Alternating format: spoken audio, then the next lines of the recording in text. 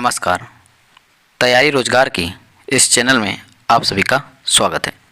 इस चैनल का एकमात्र उद्देश्य सबसे सटीक जानकारी और सबसे कम समय में। तो प्लीज़ चैनल पे पहली बार हो तो चैनल को सब्सक्राइब कर लीजिए और वीडियो पूरा देखिएगा। 20 फरवरी को सभी लड़कियां आयोग जा रही हैं जो प्रॉपर लखनऊ की हैं। तो उसमें सचिव के सामने कौन सा मुद्दा रखना है, कौन सा मुद्दा नहीं रखना है, सबसे जो मेन मुद्दा क्या है उसके बारे में जानते हैं। बहुत सी लड़कियां बहुत से मुद्दों के बारे में बता रही हैं कि क्या मुद्दा होना चाहिए, क्या नहीं होना चाहिए। सारे यूट्यूब वाले बता रहे हैं, पर बहुत से ऐसे मुद्दा हैं वो क्लियर हो चुका है। अगर आप यह वीडियो ध्यान से नहीं देखेंगे और समझेंगे नहीं तो आपका ये मान के चलिए कभी रिजल्ट नहीं आने वाला है। क्योंकि बहुत से ऐसे लोग हैं जो केवल और केवल आपको इधर उधर की बातें बता रहे हैं जिसका कोई मतलब नहीं है। ठीक है, ध्यान से वीडियो देखिएगा। वीडियो पूरा नहीं देखेंगे तब तक बातें समझ में नहीं आएंगी। तो प्लीज़ वीडियो पूरा देखिएगा और समझिएगा कि हमें कौन सा मुद्दा रखना है जो सबसे ज़्यादा ज़रूरी है। सबसे पहले बात करते हैं, बात वहाँ पे केवल और केवल रिजल्ट का रखना चाहिए, या बात नॉर्मलाइजेशन की रखनी चाहिए, या बात एलिजिबिलिटी की रखनी चाहिए। कौन सा मुद्दा सबसे ज़्यादा ज़रूरी है? क्योंकि रिजल्ट जो है बहुत डिले हो रहा है। ये वैकेंसी 2022 की है, कुल इसमें 2693 पद है, आप लोगों को पता ही है। तो ये जो 2022 की वैकेंसी, इसके पहले जितनी भी वैकेंसी आई थी पेट के माध्यम से, चाहे वो लेखपाल का हो चाहे वन दरोगा का हो, उसका भी चल रहा है। और जितने भी वैकेंसी आई हैं वो सारी की सारी क्लियर हो चुकी हैं, या लगभग उनका रिजल्ट आ गया, बस ज्वाइनिंग बचा हुआ है। तो आखिर ये मुख्य सेविका का जो 2022 की वैकेंसी है पेट के माध्यम से, आखिर ये क्लियर नहीं हो रहा है। इसका क्या कारण है आप लोगों को पता ही है। बहुत से लोगों ने बहुत से ऐसे गुमराह किए पड़े हैं। बार बार लड़कियां जा रही हैं, अलग अलग मांग कर रही हैं। अलग अलग मांग करने से नहीं होगा। सचिव के सामने अगर आप अलग अलग मुद्दे रखेंगे तो अलग अलग मुद्दे रखने से क्या होता है ना कि हमारी यूनिटी जो है वो टूट चुकी है, हमारी यूनिटी है नहीं। तो इसका असर ये हो रहा है कि बातों को एक सही रूप में नहीं पहुँचाया जा रहा है।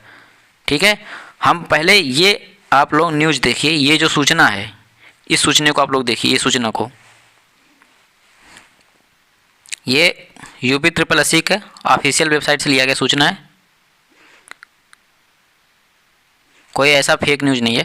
नॉर्मलाइजेशन के बारे में अगर आप लोग बात करें तो नॉर्मलाइजेशन का ये देखिए, सीधे नीचे लिखा है कि भविष्य में एक से अधिक शिफ्ट में आयोजित की जाने वाली परीक्षाओं पर नॉर्मलाइजेशन प्रक्रिया को लागू किए जाने का निर्णय लिया गया है। अब 2019 के बाद जितने भी परीक्षाएं होंगी उनमें अगर एक से अधिक शिफ्ट में परीक्षा होती है तो नॉर्मलाइजेशन की प्रक्रिया लागू की जाएगी। ठीक है, ये यूपी SSSC की ऑफिशियल वेबसाइट से, ऐसा कोई नहीं है कि नहीं आपको केवल गुमराह किया जा रहा है। इस चैनल का मात्र एक ही उद्देश्य है, आपको जानकारी एकदम प्रमाण के साथ दिया जाएगा और सबसे सटीक दिया जाएगा और सबसे कम समय में दिया जाएगा। आप इस चीज़ को जितना अच्छे से समझेंगे उतना बेहतर है।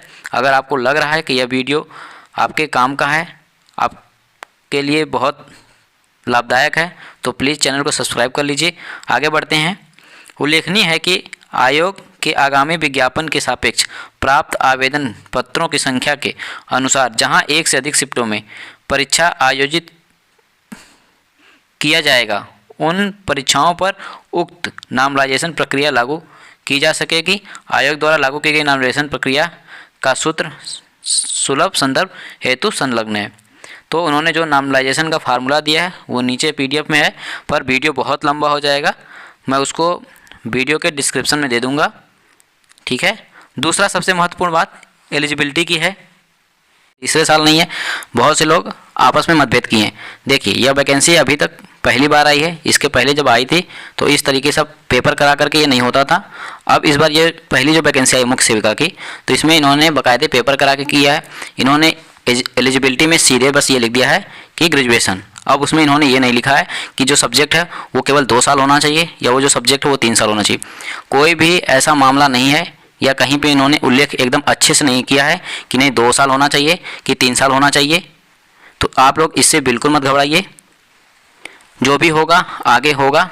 जब सबसे बड़ी जो मुद्दा है हमें वहाँ पे ये क्या रखना है उसके बारे में हम बात करते हैं। 20 फरवरी को केवल एक ही मुद्दा रखना है कि जो केस है उसको किसी तरीके से और जल्दी से जल्दी रिजल्ट की जो रिजल्ट है वो लाया जाए।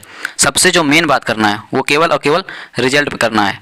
जब आप लोग एकजुट होंगी, जब आप लोगों की यूनिटी होगी केवल और केवल रिजल्ट पे, तभी ये जान लीजिए कि रिजल्ट होगा।